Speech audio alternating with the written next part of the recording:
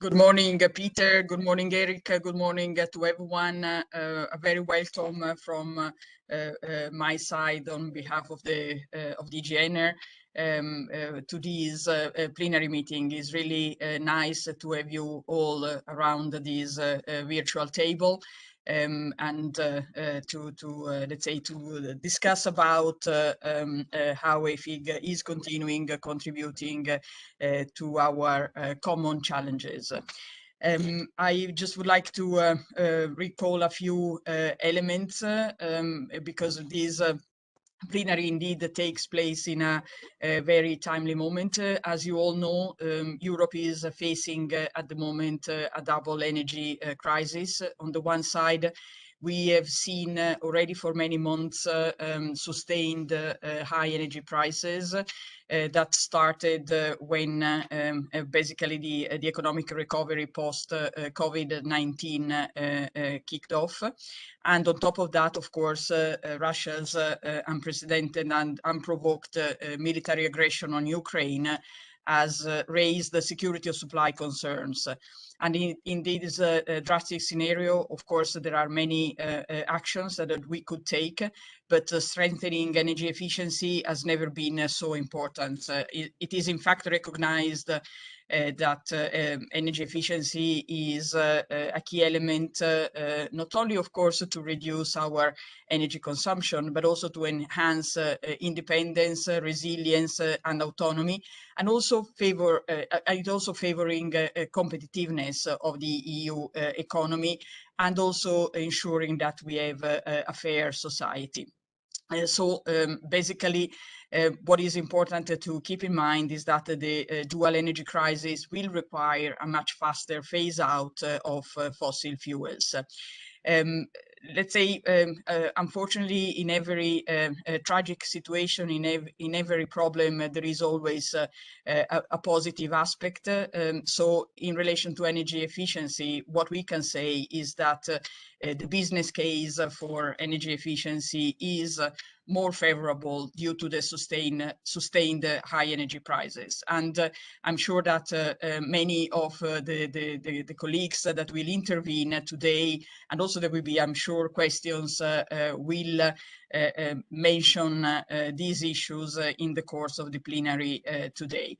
And this is obviously, I mean, let's say the business case for energy efficiency is obviously made stronger by the fact that the payback times for energy efficiency investments have significantly shortened, and thus there is an interest, or let's say a bigger interest to further support energy efficiency investments. Clearly, this is a very important option we have to accelerate energy efficiency policy and to boost the investment in this important area. As you know, the Commission has been working on many actions linked to energy efficiency, and something that is, let's say, well before the Russian invasion of Ukraine is the adoption of a proposal to recast the Energy Efficiency Directive that was put forward in July 2021 as part of the Fit for 55 package. And this is indeed already a very good basis for, let's say, increase our energy efficiency ambitions. And this is important because it shows that we have a strong regulatory instrument that is in place and that is going to be modified in order to make it more useful, more apt to deal with the existing challenges. I think it's important to recall that now the recast of the Energy Efficiency Directive is in the co-decision process. So the word is now with the Parliament and with the Council to find an agreement. And what I would like to recall in this context is that in the draft report presented by Mr. Niels Fuglsang, the rapporteur in the European Parliament, there is already the proposal to increase the energy efficiency 2030 target and the measures sustaining reaching this target.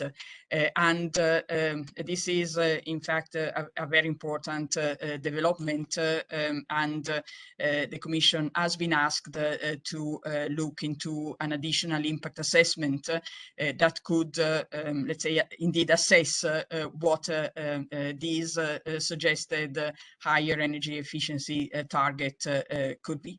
But what is clear is that we need to certainly set up an even stronger cooperation with financial institutions, reinforcing existing initiatives and promoting even further the access to finance and private investments in energy efficiency. And of course, in light of these developments and under the umbrella of the existing policies, measures and strategies, EEFIG holds, as it has been the case in recent years, a key place in activating private sector investments and mobilizing further financial institutions' contribution to the REPowerEU and the Fit for 55 objectives. We treasure very much the work that EEFIG has been doing and will be doing in the next years. So we very much we are very much looking forward to a very good continued cooperation, and I just would like to wish all of us a very interesting plenary meeting. Many thanks.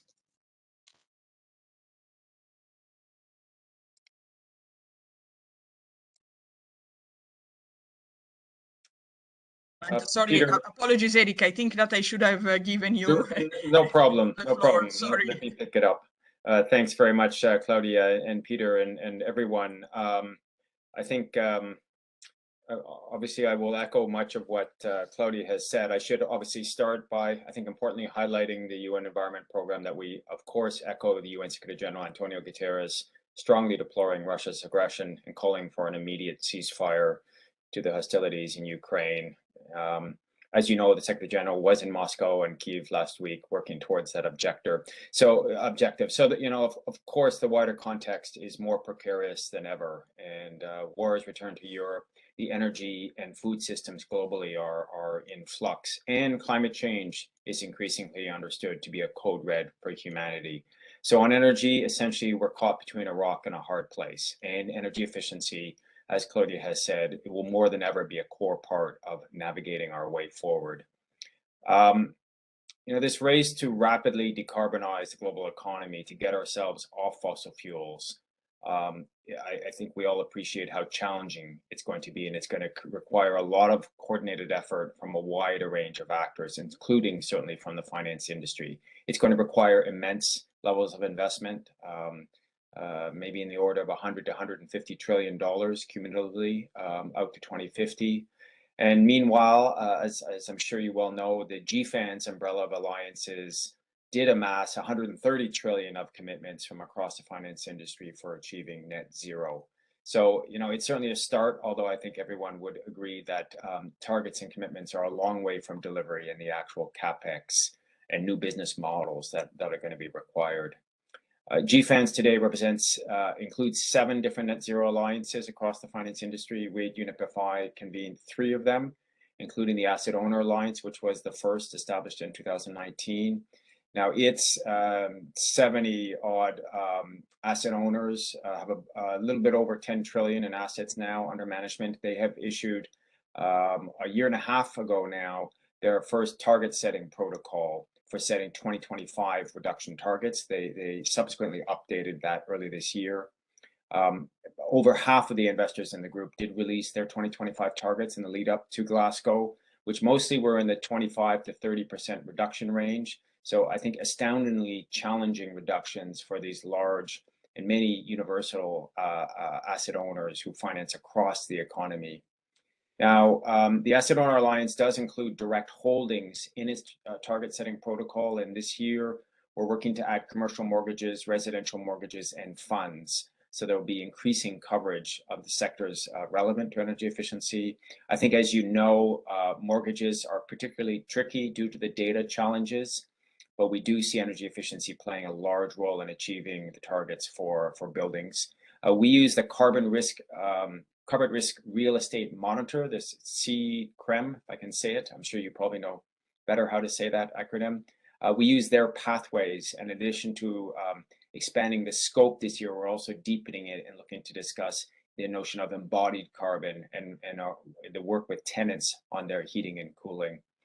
So on top of the Asset Owner Alliance, as GFANZ was getting going a year ago, April, we also worked with Mark Carney, Nigel Topping, and others to launch the Net Zero Banking Alliance. Many of you on the call today are within organizations who are part of that alliance, and we now manage. Today, it's 108 banks working together on this Paris-aligned commitment, collectively representing nearly 40% of global banking assets. So it's a really somewhat of a game changer group. And as I think I've mentioned in previous calls, what's particularly interesting, it's not only the 10 biggest banks and others in Europe, the 10 biggest European banks, but it's also the 10 biggest North Americans, the 6 biggest Latin Americans, and good global representation. So it's the first truly global net zero finance alliance. Several of the Net Zero Banking Alliance, the NESBA, excuse the acronym, several of the banks have already issued their first round of targets for 2030 for priority sectors, and we're looking forward. More will do so this year in the lead up to COP27. Over time, member banks are required to set targets covering all 9 high emitting sectors across the economy, including certainly real estate, and I would say areas related to industrial efficiency. So progressively, they need to have targets covering total coverage of their portfolios and their clients' emissions. So in most instances, including Scope 3. I would also like to mention that we published just in March, 2 months ago, a report managing transition risk in real estate, aligning to the Paris Climate Accord. And to develop this resource, I think many of you were involved. A dozen real estate investors and banks piloted the CREM monitor tool as part of our Task Force on Climate-Related Financial Disclosures, our TCFD programs. And I think that their findings reveal, both the opportunities and the risks for financial institutions investing in real estate assets. So the work of this global net zero transition is certainly too much for any one group to take on. And if we're going to really create successfully a net zero future, we need to align, collaborate, and coordinate with equally ambitious partners, both in the public and the private sector, so that together we can drive forward this challenge. And these commitments need to be credible.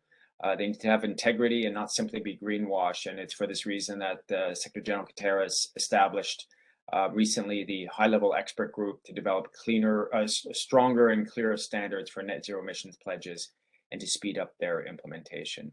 So the work is hugely, hugely complex, but also in many ways, I think, encouraging. But we certainly can't sit back, and we really need to turn to the complex tasks. And this is what you're doing in EEFIG. It's how do we move from pledges to real action and really seek to achieve real economy transformation that we know is required. With that, big thanks. Looking forward to today's discussions, and back to you, Peter. Thank you so much, both Claudia and Eric. Your support over the last now 8 years as a co-convening force has been instrumental to the success of EEFIG.